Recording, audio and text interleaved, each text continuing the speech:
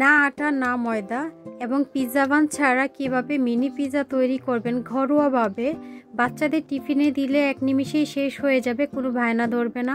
এতটাই মজার আর লোভনীয় এই পিৎজাগুলো, দেখতে যেমন সুন্দর, খেতে দুর্দান্ত। তা আমি পিৎজা বানানোর জন্য এখানে নিয়েছি 1 কাপ সুজি, হাফ কাপ টক দই। দুইটা উপকরণকে ভালোভাবে মিশিয়ে নিব। আমার ভিডিও যদি ভালো লাগে লাইক কমেন্ট শেয়ার করবেন, সাবস্ক্রাইব করে অল অপশন চালু রাখবেন, ভিডিও ছাড়ার সঙ্গে সঙ্গে আপনার ওখানে নোটিফিকেশান চলে যায়। তা আমি দুইটা মিশ্রণকে ভালোভাবে মিশিয়ে নিয়েছি। আমার মেশানো কমপ্লিট হয়ে গিয়েছে। এখন দিব 1/4 কাপ বেসন, সাথে দিব 1/4 কাপ পানি। আমি মেজারমেন্ট কাপ ইউজ করেছি, আপনারা চাইলে নর্মাল যে কোনো কাপ ব্যবহার করতে পারেন। সুজির যে পরিমাণ সেই পরিমাণ সব কিছু দিতে হবে। সবগুলোকে ভালোভাবে মিশিয়ে নিব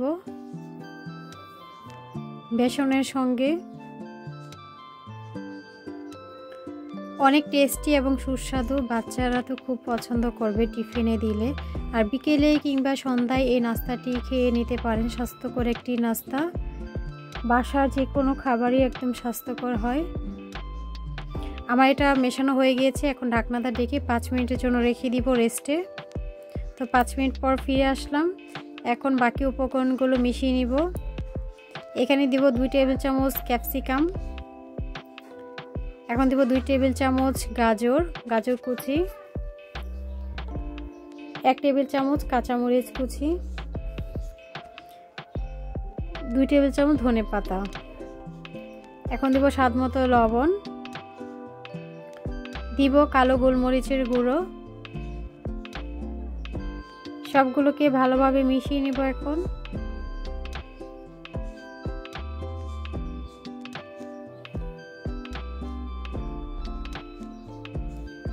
একটু সময় নিয়ে ভালোভাবে মেশাইতে হবে।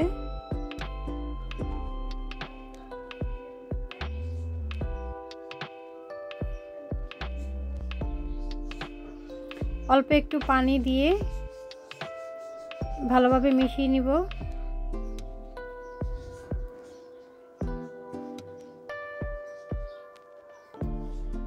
আমার বেটার রেডি হয়ে গিয়েছে, দেখেন এরকম একটি কনসিস্টেন্সি এসেছে।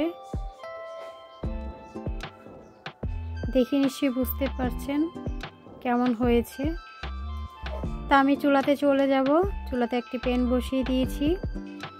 অল্প একটু বাটার বা ঘি দিয়ে এভাবে ভালোভাবে ব্রাশ করে নেবেন।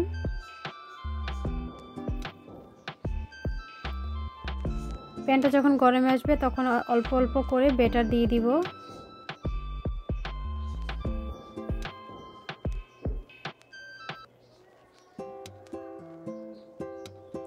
এখন ঢাকনাটা ঢেকে কিছুক্ষণ কুক করে নিব।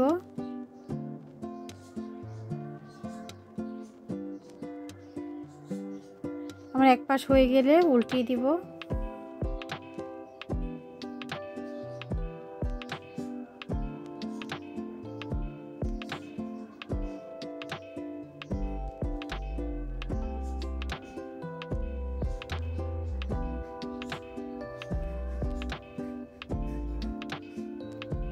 এভাবে উল্টিয়ে পাল্টিয়ে কিছুক্ষণ কুক করে নিব।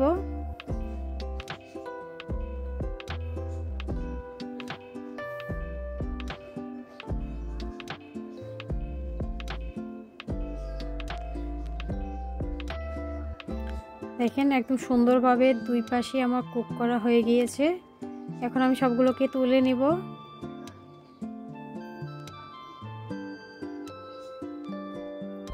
এখন আমি উপরের ডেকোরেশনটা করে নিব। এখানে সস দিয়ে এভাবে মেল্ট করে দিব।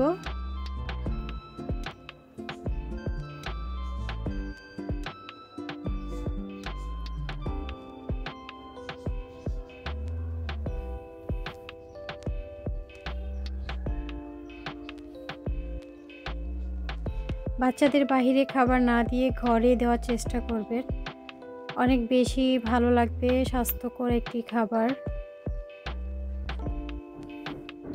আমার সস মেল্ট করা হয়ে গিয়েছে। এখন দিব চিজ।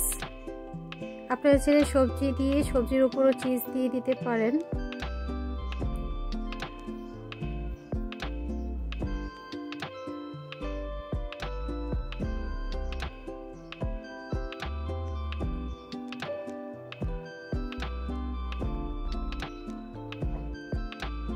এখন দিব কালো গোলমরিচের গুঁড়ো,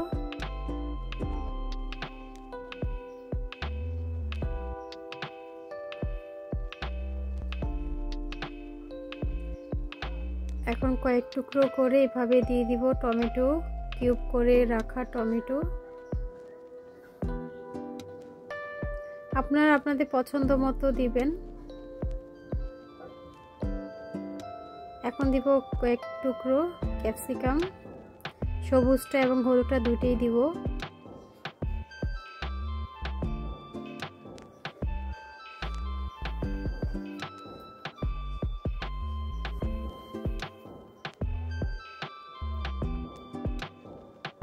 এখন অল্প অল্প করে ধনেপাতা দিয়ে দিব, চাইলে আপনারা স্কিপ করতে পারেন। ধনেপাতার স্মেলটা খুব ভালো লাগে তাই দিয়েছি।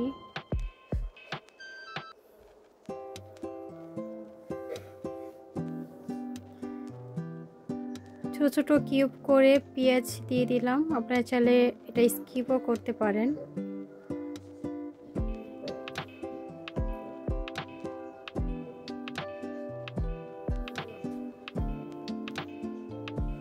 এখন কিছুক্ষণ ঢাকনাতে দেখে 2-3 মিনিটের মতো কুক করে নিব।